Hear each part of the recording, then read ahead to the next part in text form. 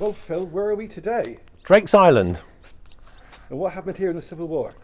Well, prior to the Civil War, there was a chapel on this island, and that was all that was here. Then in 1548, it was knocked down, and they built fortifications on this island in the Elizabethan period. They put cannons around to defend Plymouth from the Spanish and the French, just in case. This was the keystone to our seaward defences prior to the Civil War and up to the Civil War. It defended Plymouth, although there was a secondary line built by Henry VIII of towers and blockhouses all along the front of Plymouth Hoe and around to Mill Bay. So in the Civil War in 1642, this came under Sir Alexander Carew, a Cornish royalist who left his home in Anthony House, came to Plymouth, one of the Cornish refugees, one of the few to fight for Parliament. He was made governor of the island in 1643, January the 20th. He was appointed by Colonel William Ruthven to command the island. He spent a lot of time and money rebuilding the fortifications here, reinforcing the place, more cannons, more soldiers, and this went on for the next year. Nothing much happened on the island in the Civil War. It was a deterrent.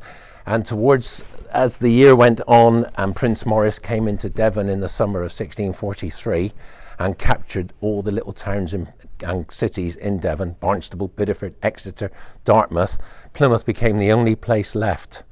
So the threat to Plymouth came from the landward side. So all the fortifications north of Plymouth were reinforced by cannon taken off the seafront.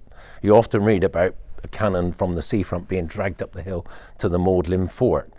On the island, Sir Alexander Carew, who knew Piers Edgecombe across the water, before the Civil War they were very good friends. At this time, with Prince Maurice closing in on Plymouth, suspicion became the norm of the day. People in Plymouth were getting paranoid that their next door neighbours were royalists, secret royalists. There were a large number of royalists in Plymouth, and the word came out that Sir Alexander Carew was communicating with his friend Piers Edgecombe to hand the island over to the royalists. So the mayor of Plymouth, Philip Francis, started to get worried, and in July 1643 he communicated his suspicions to London. Westminster sent for Sir Alexander Carew to come to London and explain himself. Sir Alexander, for some reason, refused to leave the island. He felt safe here. So the mayor, Philip Francis, sent over orders to come ashore to get his pay. He said, come ashore and get your pay fee, and he refused to come ashore. So he sent two ministers, a man called Randall and Wills, over to the island to entice him back to Plymouth. He refused. So in the end, he thought, I can't wait any longer. So he filled several boats with soldiers and came over to arrest Sir Alexander. By the time he got here, Sergeant John Hancock and his guards had arrested Carew, and they were waiting down by the water for the mayor to come over.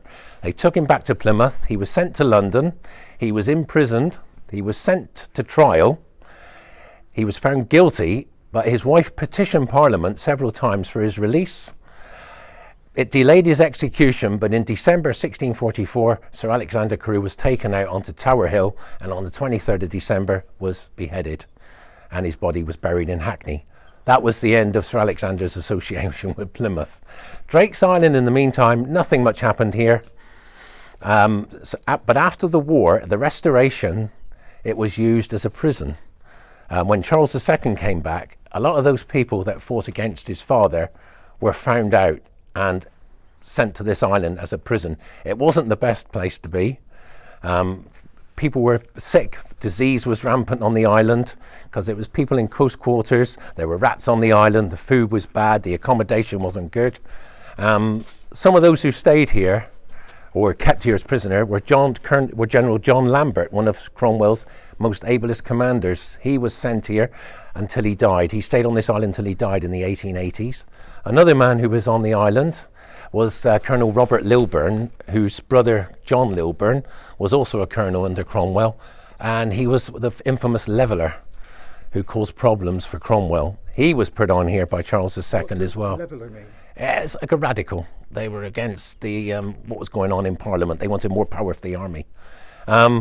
Abraham Cheer, a name probably nobody really knows, but he was the first Baptist minister for Plymouth. And in the Civil War, he was a soldier who fought in the train bands. They wanted him to be the regimental chaplain, but he said, no, I don't want to be a chaplain.